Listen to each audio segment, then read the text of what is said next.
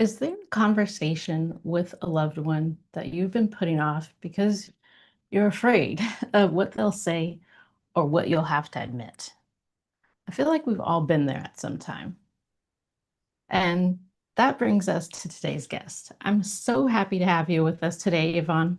From what I understand, you've had a similar experience with your father. Is that correct?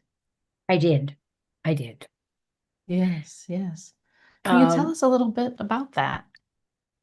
the backstory is when I was working in a retirement community, I was on the ethics team, and a case came before the team where one of our residents in the late stages of dementia needed to have some medical care, and her healthcare agent, who was her daughter, didn't want her to get it.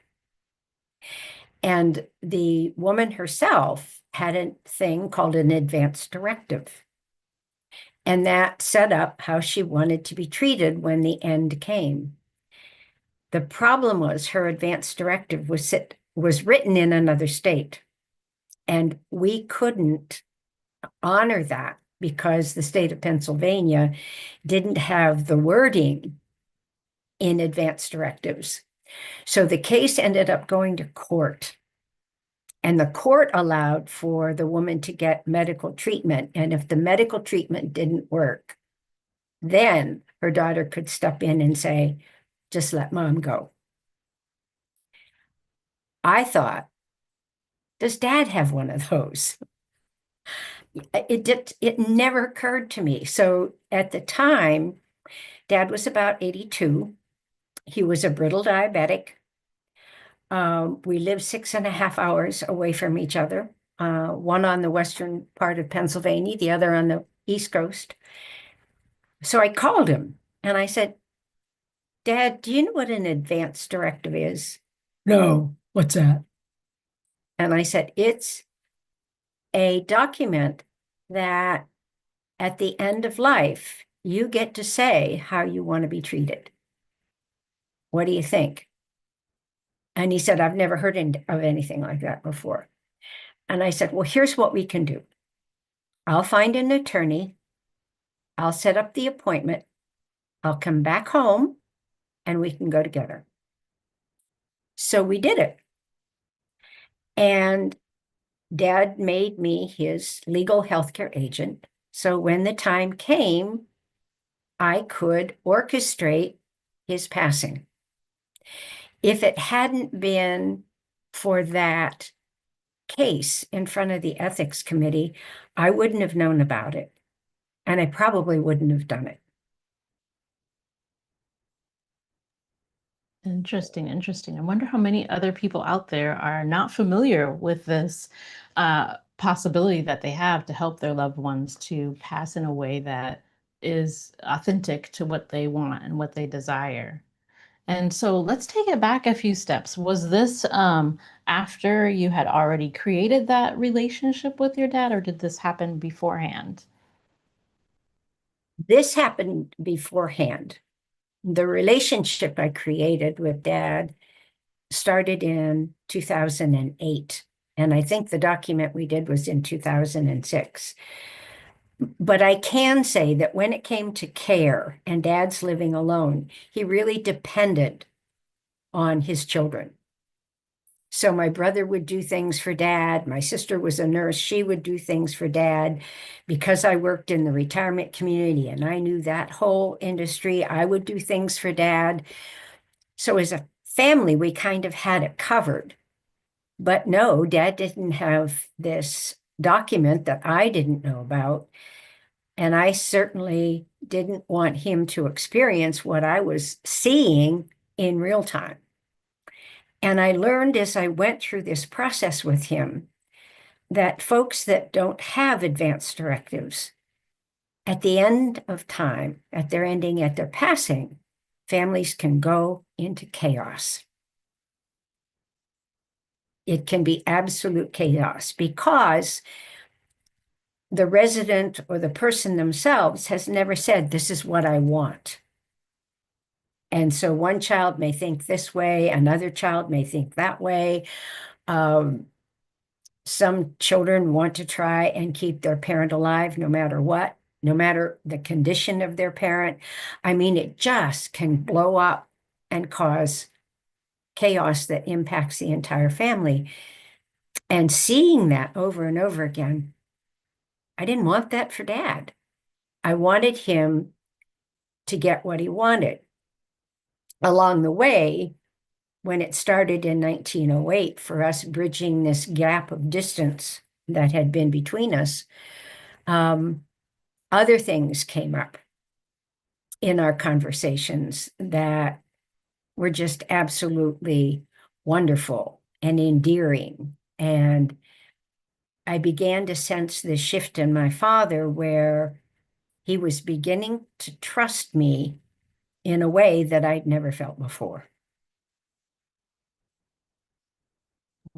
Yeah, that trust.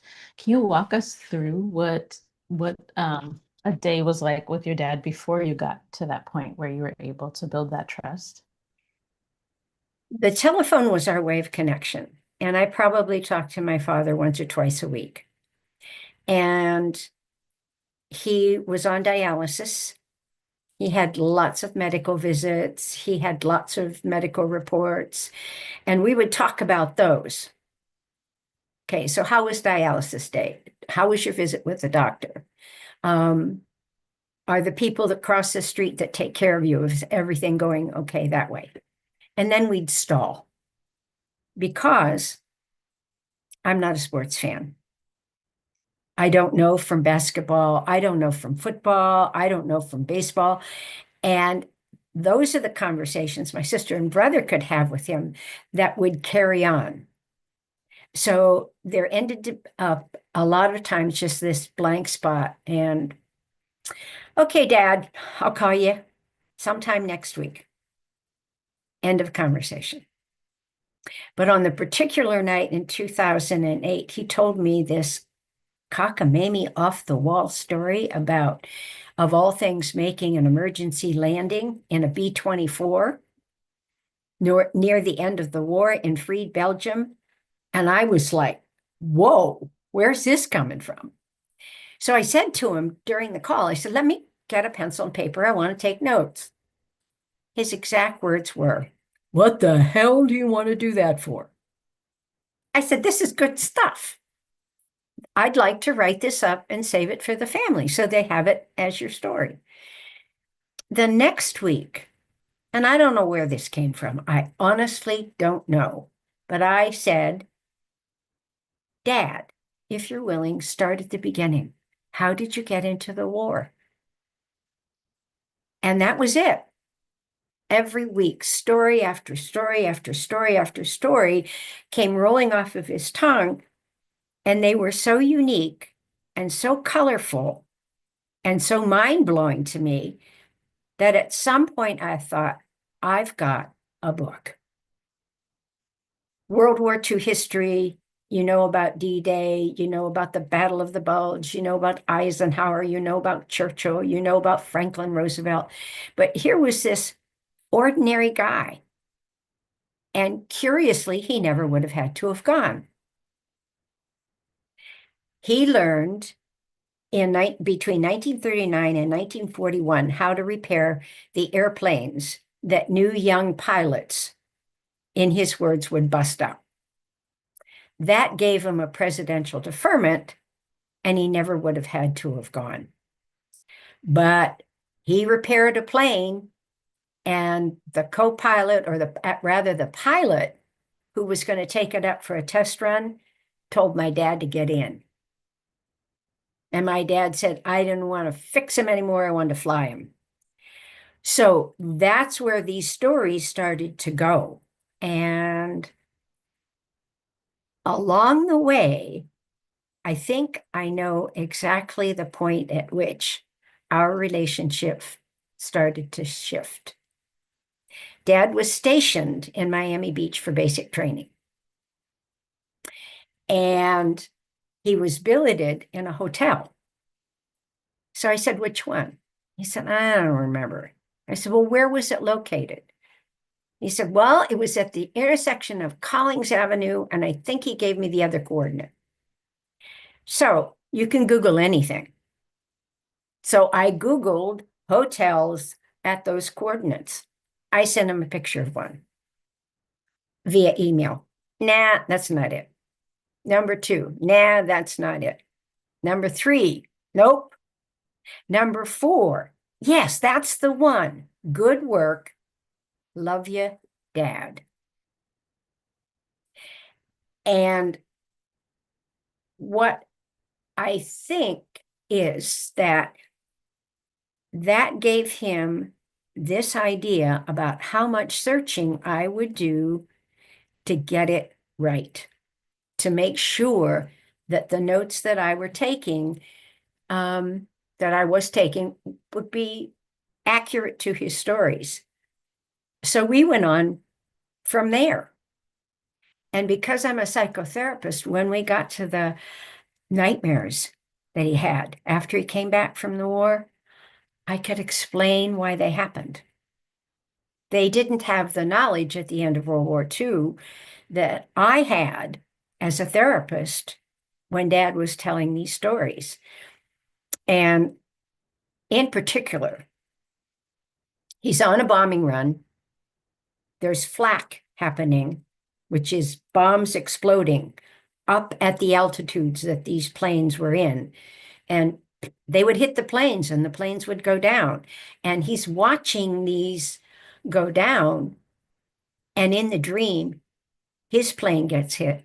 He can't get out. And he wakes up screaming. And my mom says, Mike, what's the matter? Oh, no, it's nothing. Just go back to sleep. But the dreams were so frequent and so bad. Okay, he dug channels in the mattress. The channels got so deep that they had to destroy the mattress and get a new one. And for whatever reason, after 3 years, they just went away. Hmm. So I was able to explain the part of the brain that latched on to those traumatic memories, how his brain was trying to work through this awful thing that had happened to him, and that when he came home from the war, they didn't know this stuff. So I said to him, I said, what was it like when you came home from the war? Did you ever tell anybody about the nightmares? He said, hell no. He said, I saw the guys walking around Meadville, and he said, they all seemed to be fine. And they never talked about any of the kind of nightmares they might have been having. So what was wrong with me? And I said, Yeah. there was nothing wrong with you. You were having a normal reaction to the horrific stuff that you saw in World War II. And when we had that conversation, Kay, I could hear my father's shoulders drop. 60 years after the fact, he learned something. And I closed that conversation with the language in our family, which was sarcasm. And I said, sorry, pal, you're just normal. And your nightmares were just normal. So those kinds of things, me being able to explain from a psychological perspective, gave my father some information that made him relax around things that had bugged him for 50 to 60 years. I can only imagine how relieving that is. And there's so many other people in the world that probably have had a very similar experience where they're like, well, everybody else looks fine. What's wrong with me? I obviously have a problem because everybody else is fine. And it's like, Mhm. no, buddy, you're just normal. I love that. Sarcasm is one of the best languages.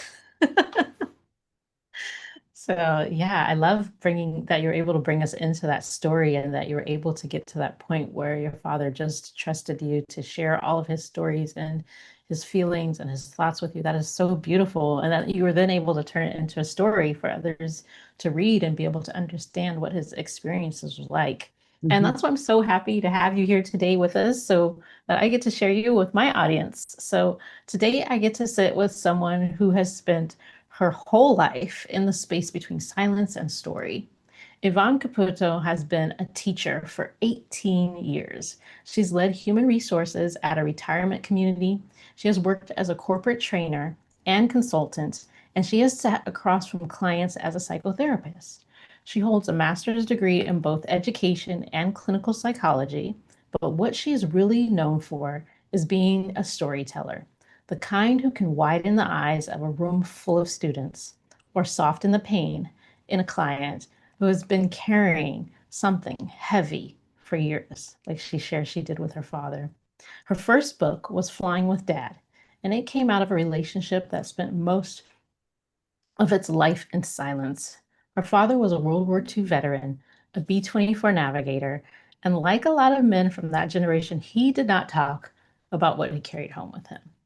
It was not until Yvonne was 60 years old and her father near the end of his life that he finally started telling her the stories.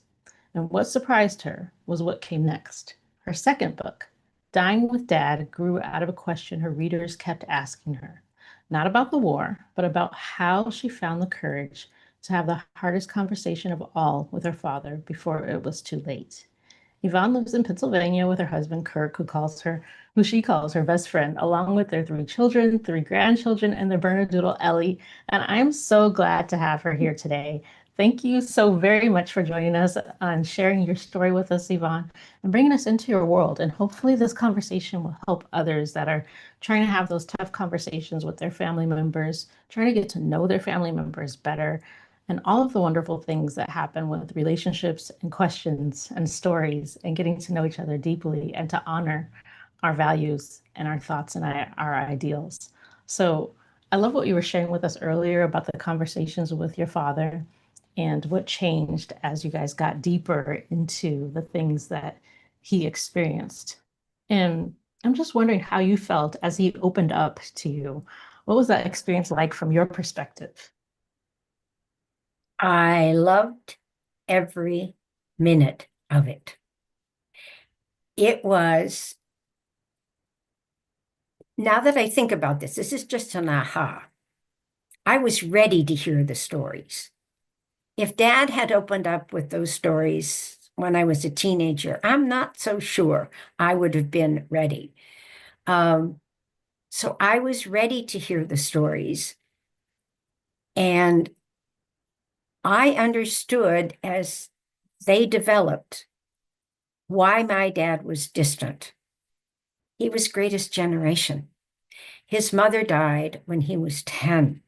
He was raised by his sisters.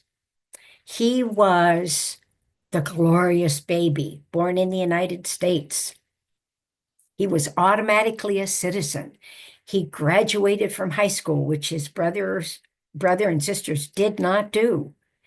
So he was this pampered kid. And then he met and married my mother, and he knew how to be around boys. They can go fishing and they could go hunting and he taught them skills like mowing the lawn. But where his girls were concerned, not quite so sure until my sister became a sports nut. And then she and Dad could go on and on and on with the sports stories. So I was, and he just didn't know what to do with me. And on top of that, my father could blow in a heartbeat.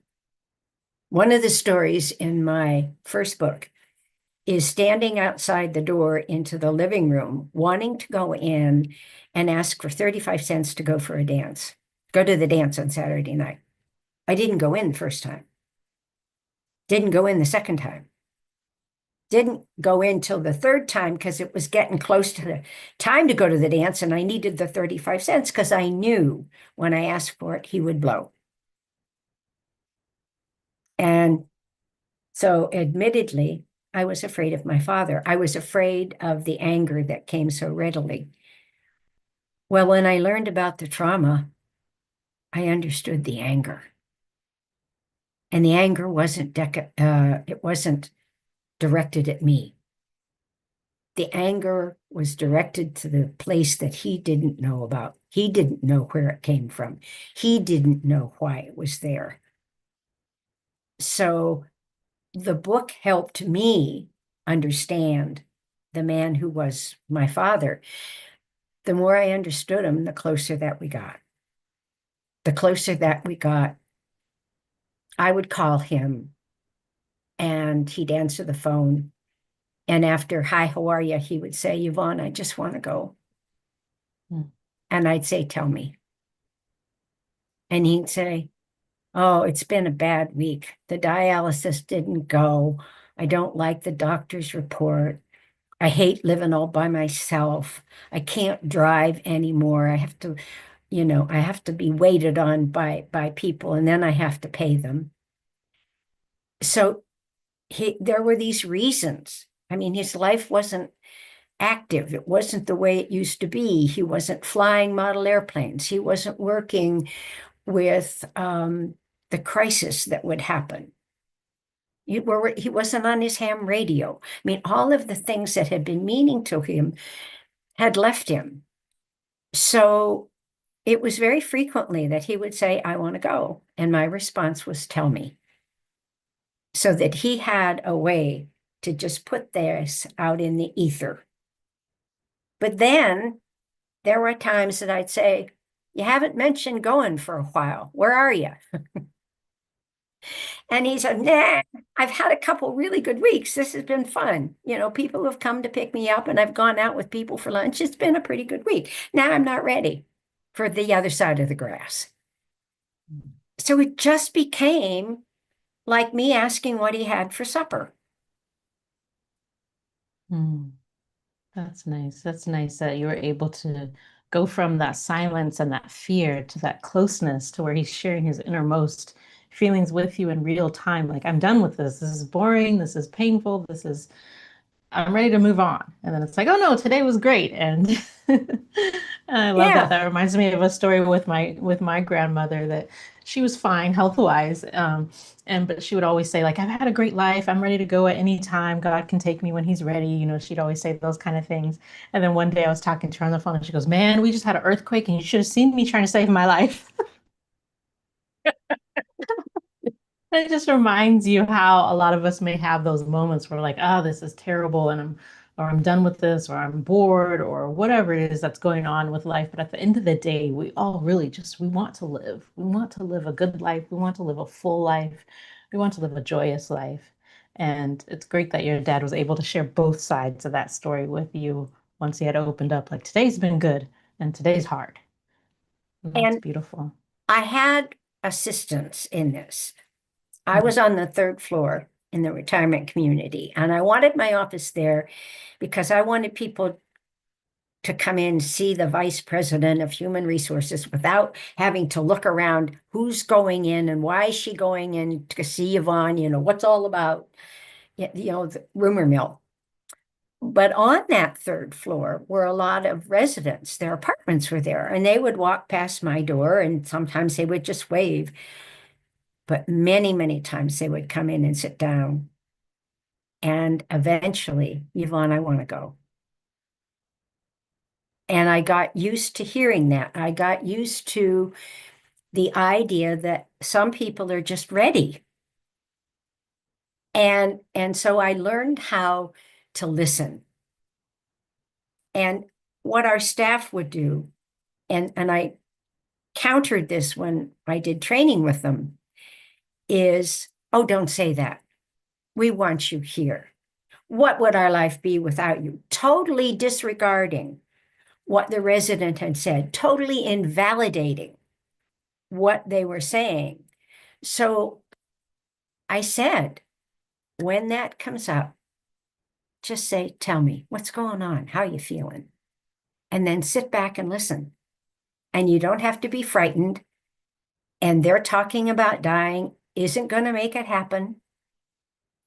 You know, they are just expressing their truth. And by you saying, don't say that, you're invalidating the entire person. And that makes me think of, I had beta readers for the first book.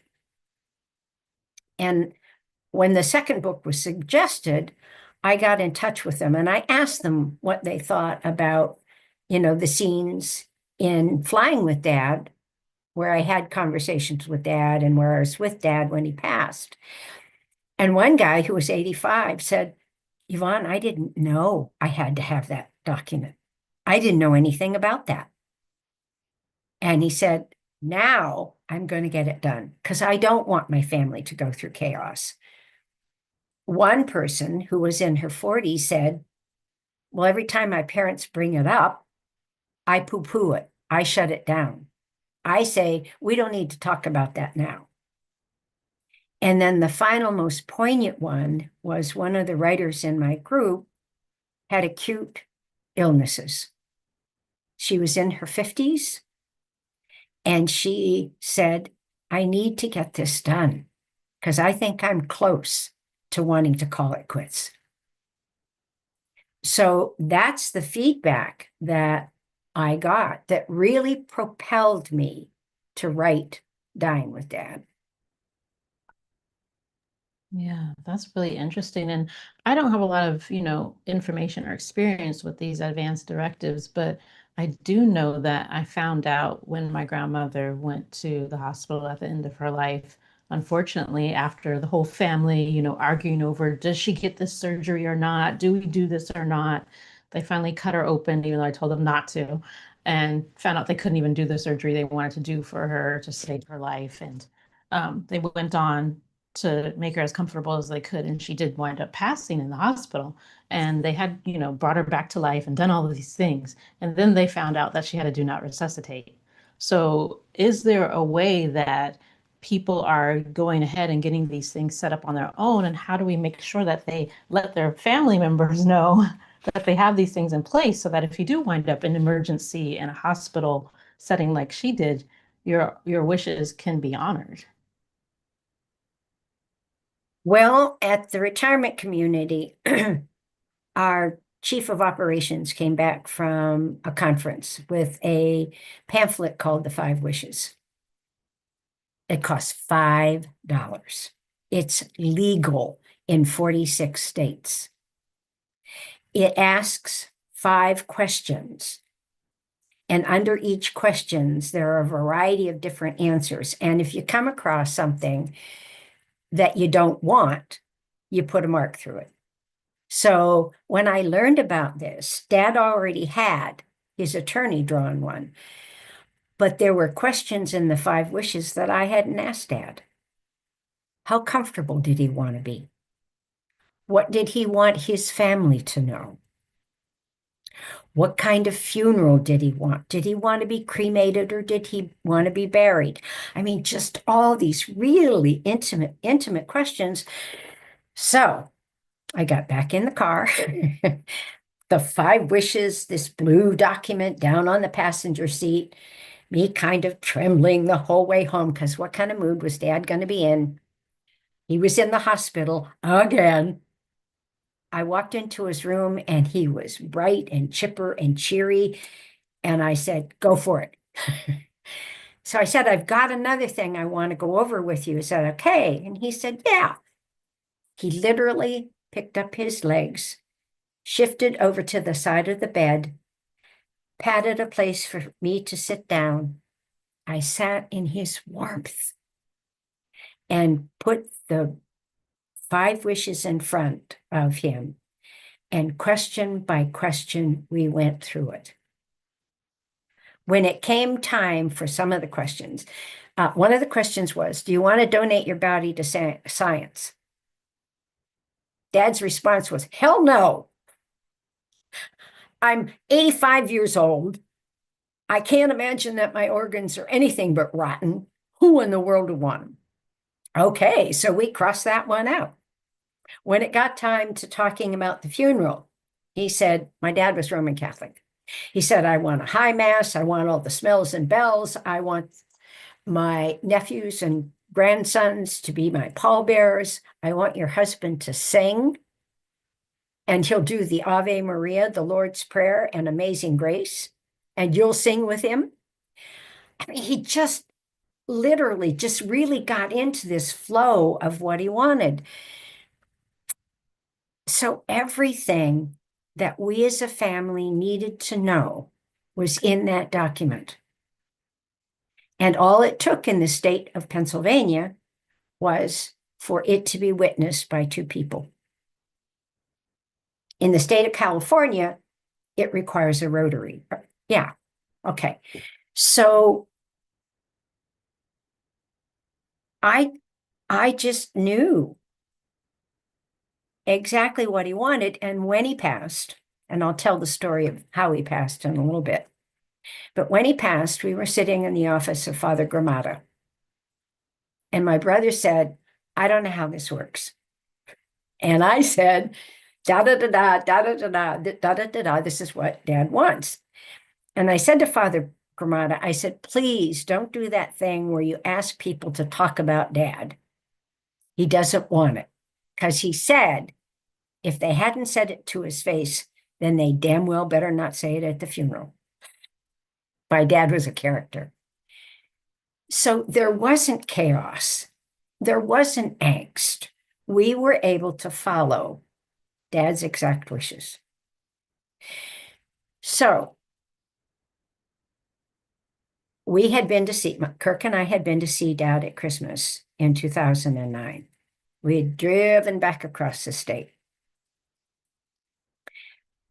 Maybe 3 hours after we got home, my dad was on the phone and he was livid. I held the phone out to hear because I could hear him screaming at me. No, no, no, no, no, no, no. And when he got finished, I said, Dad, I told them you could go home when you were ready. It doesn't sound like you're ready. And then he said to me, Yvonne, can you come home? I'm scared. I said, I'll get in the car. I'll be there tomorrow. I called friends. I found someone to come and stay with Dad so he wasn't alone. I got back to Meadville and I was in the house for 2.5 hours and he was gone. And the EMTs were working on him. And I called the hospital and said, there's a do not resuscitate on his chart. Get it to the ER. And the grace of God intervened because the ER doctor called the EMTs and said, you can stop working on him. My father's wish was feet first out of his own home. So that's what we did. That's what we did. The EMT said, it's not going to be long now. So I laid down beside him. I put my arm over his chest. I told him that I loved him. I told him that he was going to be with Mom. And then I did the glue in our family, the Lord's Prayer. And the EMTs put him on the gurney. His dying wish, again, was feet first. They took him out of his home that way. It was snowing in Meadville. Snow's coming down 1 inch an hour. They put the gurney down behind the ambulance. The ambulance doors were open, and the light from the interior was shining on Dad's face. And there was this soft, sweet smile. And I went, yes! The EMTs looked at me like if I'd had a marble, it had gone somewhere else instead. And I knew that what I had done was pretty shocking. So I said to them, he wanted to go feet first out of his own home. And that smile on his face, that was his thank you to me. That was him saying to me, I trusted you and you did it. And Kay, I experienced a profound, sacred joy that has not left me. Can I get weepy-eyed because Dad died in 2010? Yeah. I was in a cathedral in England, and I was a puddle after he died. Would I like to cook one more pot roast dinner for him? Absolutely. But equal to the sorrow that I feel, my grief journey was so much easier because I had the joy.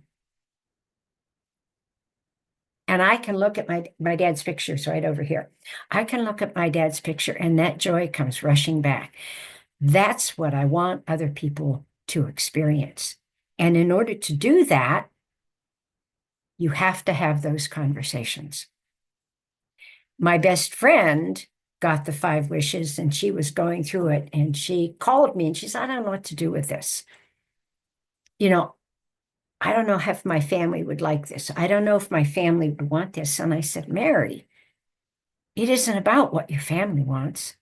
It's about what you want. How you want to leave this world.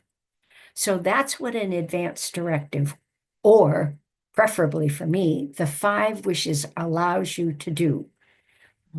Now, are there circumstances where they might not get answered? Of course, because life is tricky. But in my dad's case, and you remember I told you about the woman had the acute illness.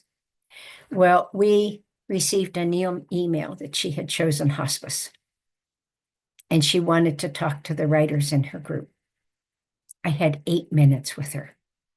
I didn't say anything because she kept saying, oh, Yvonne, the 5 wishes. I did it. I've gone over it with my family. They know that I want to go. They're fine with the fact that I want to go. It's all settled. I can't tell you what a relief it is for me that the 5 wishes are done and that I can close my eyes knowing that I've done the best by my family. It doesn't get any better than that.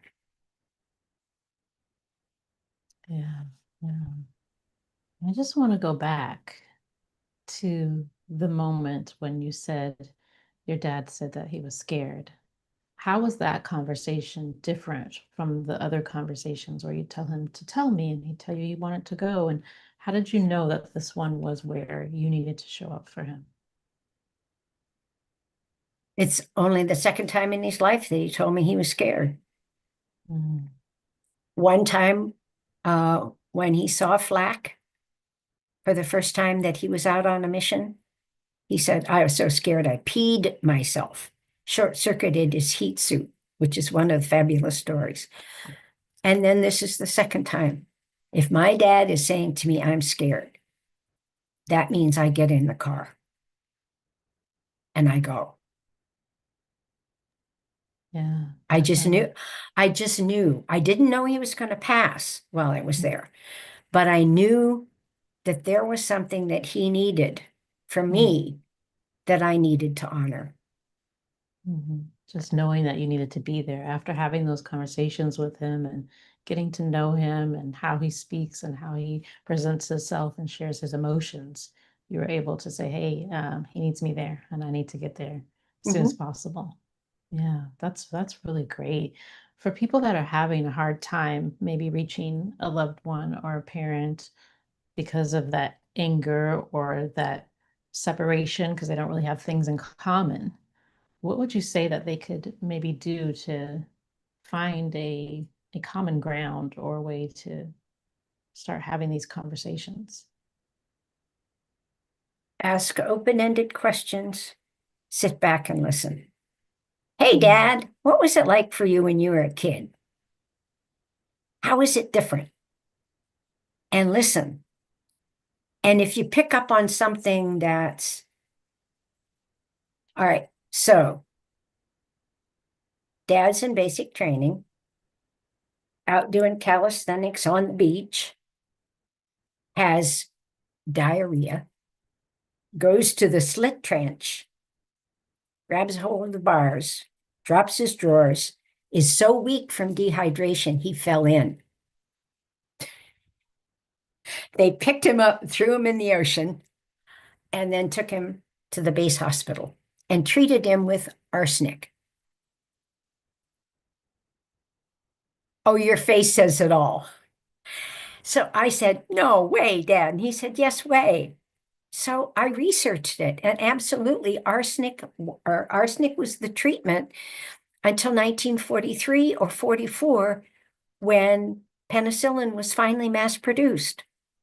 So if a parent says something that's unusual, tell me about that. Tell me more about that. And don't interrupt. Just sit back and listen. And you don't have to do it all the time. But what you're basically doing is saying, I want to know you.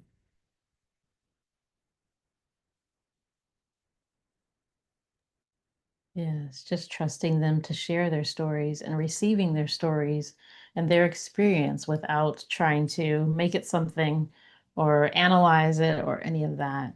That's really, really key, I think. What would you say is the difference between like a conversation that really heals a relationship and one that just kind of clears the air and makes space for other things? The content. Mm. You know, um, I could tell when I was talking with Dad, and I think other people could tell, when they're talking, if this is a fun story about going fishing, or if this is a story about the first automobile accident. If in the words you hear something that's troubling or filled with angst, just especially, what was that like? How'd that happen? Asking again those open-ended questions, which basically say, I want to know about this. And then the most important thing is sitting back and listening and not interrupting. Yeah, it sounds like those open-ended questions are really key. Mhm.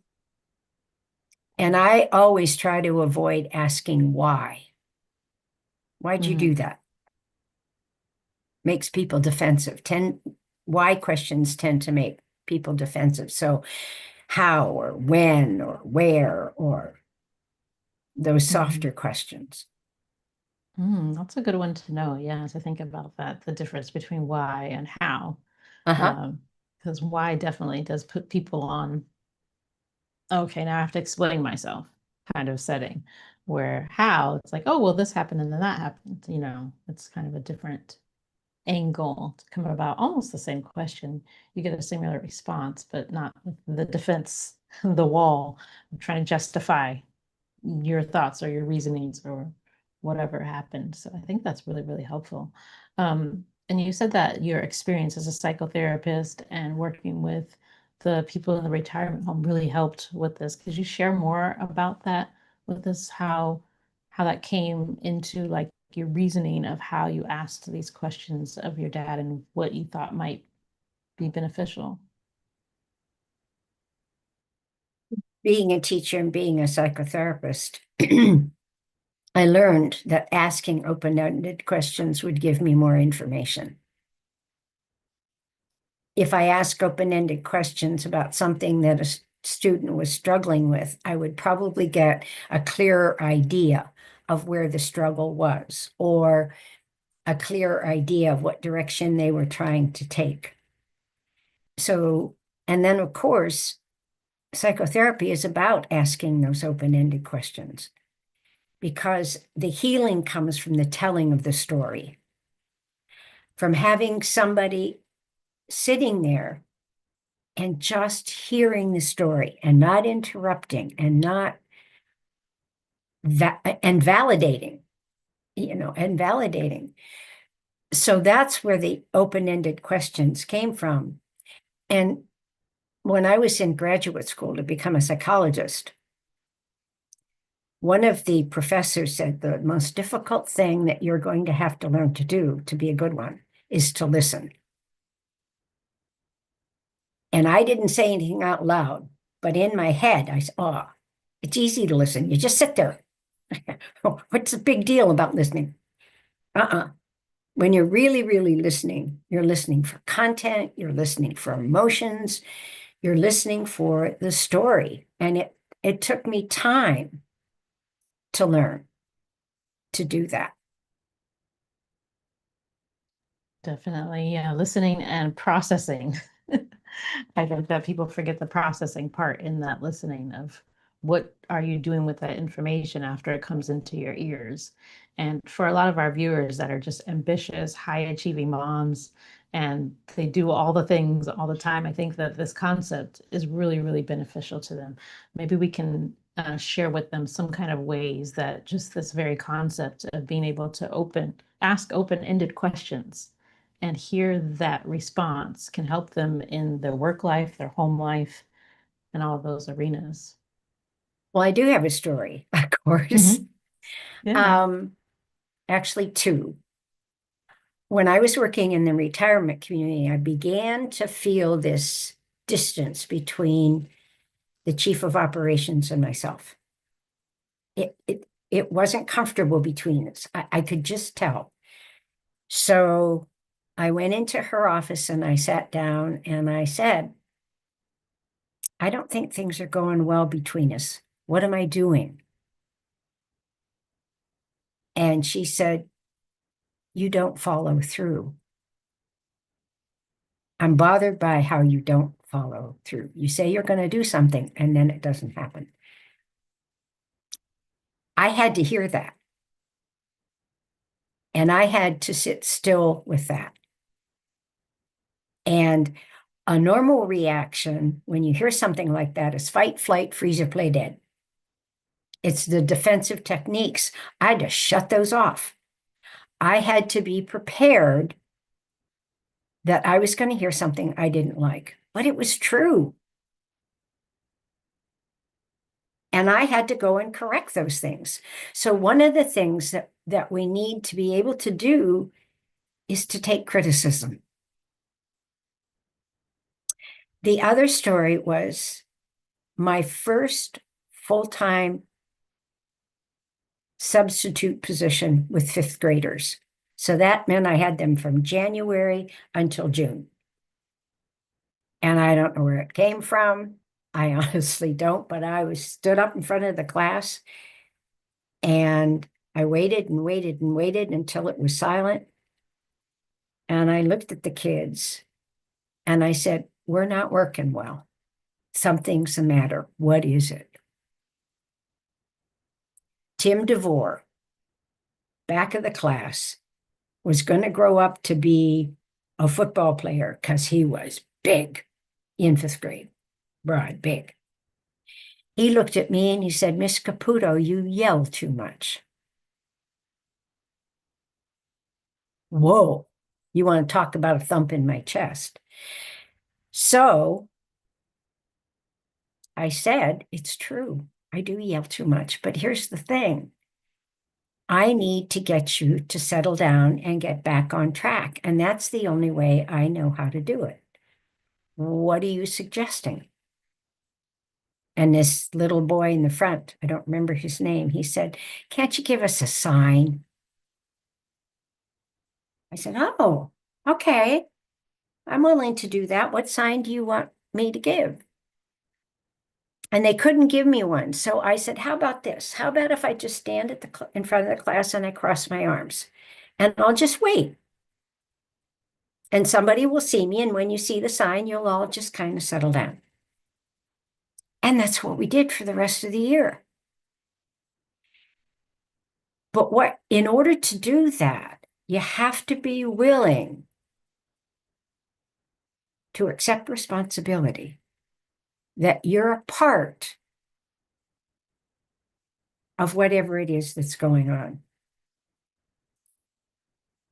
I taught this concept to the staff because we had, when I was in the retirement community, because we had yearly training and I got to pick what I wanted to do. And I wanted them to learn this technique.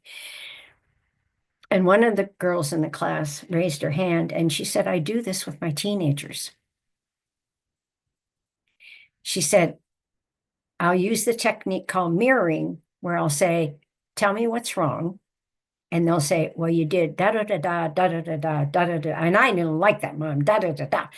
And she'd repeat it back to me, to them. She'd say, okay, so when this happened, you didn't like the way I handled it. Did I get that right? I'd say, yeah.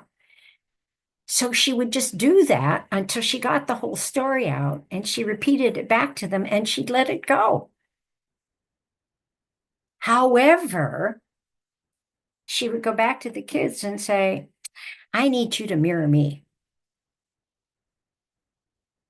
And what she said was, she said, now the kids do it with each other.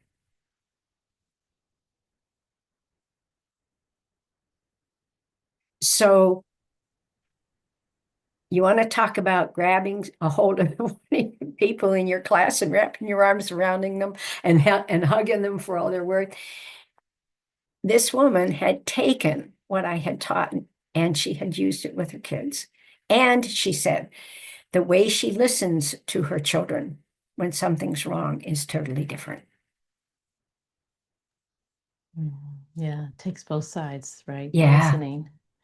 The Yeah. listening is so key, and so is the being able to, like you said, be prepared to hear something that you might not like, to be able to take that criticism and honestly look at what you're doing and see, is this criticism valid? And where can I make those changes? Are Mhm. those changes worth making? How am I feeling about this relationship? How much am I willing to put in to make this work? Because all of those things matter. And I just love the story that you shared with the kids, because so many of us are dealing with, teenagers, and you're like, what is going on? And being able to have those honest conversations with them, like, hey, what's working, what's not working, and treat them as, individuals that have thoughts and feelings and emotions, not just these little people that you get to boss around, like some people try to do. I learned this technique in marital therapy Mm. that, and when the man who was teaching the concept, he told the listener, I want you to close your eyes and go to a safe place. Where's a place where you feel the safest in the world? Where is the place where you aren't worried about anything? Because being in that place helps you when you hear something, you're not as likely to get defensive and say, well, that's not true. And having to say it back. So when I said such and such to you, my tone of voice was really demeaning. Did I get that? Being in a safe place allows you then to mirror back what the person has said. And when he demonstrated this with a couple, it was powerful. Because by the time the man got to the end of it, because they went back and forth, he went back and forth with his wife, he was able to say, oh, I get it. Your parents were alcoholics. You never knew when they were going to get home. You are always leery. Were they driving drunk? Were they still at the bar? Then what would they be like when they walked through the door? He said, now I understand why it's so important for me to call you if I'm going to be late. It was magic happening in real time. Yeah, people learning about nervous system regulation without learning about nervous system regulation is what that sounds like. Yeah, because we do have those things that are going on in our head that we might not even realize why they're happening.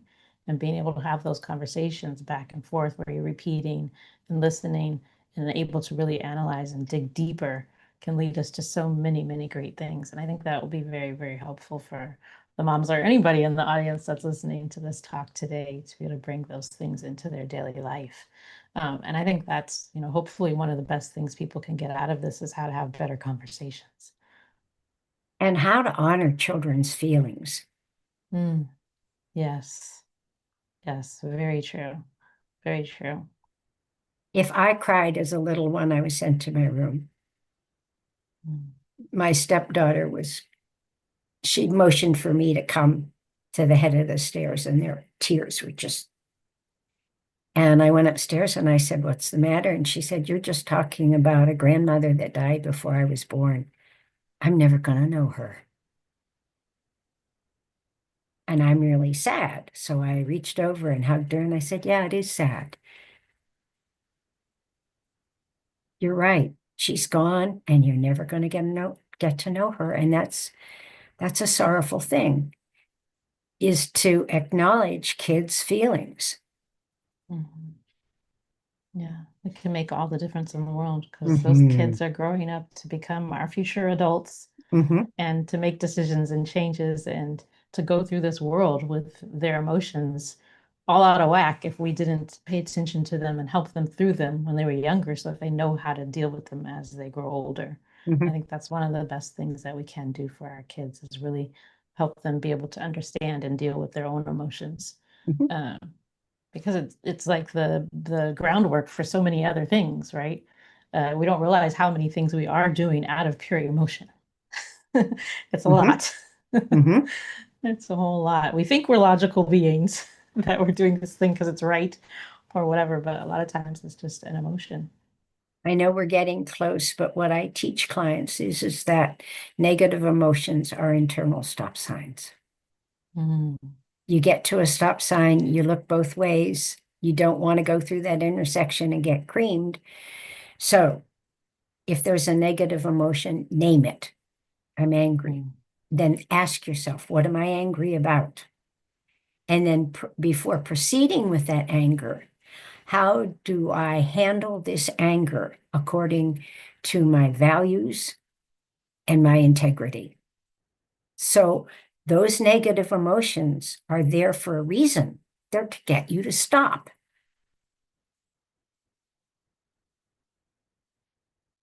yeah, that's a great place to end. Like you said, we are coming to the end here. So I appreciate you sharing that. I was going to ask you to share one thing, but hey, we'll go with that one of using those negative emotions and realizing that you need to stop.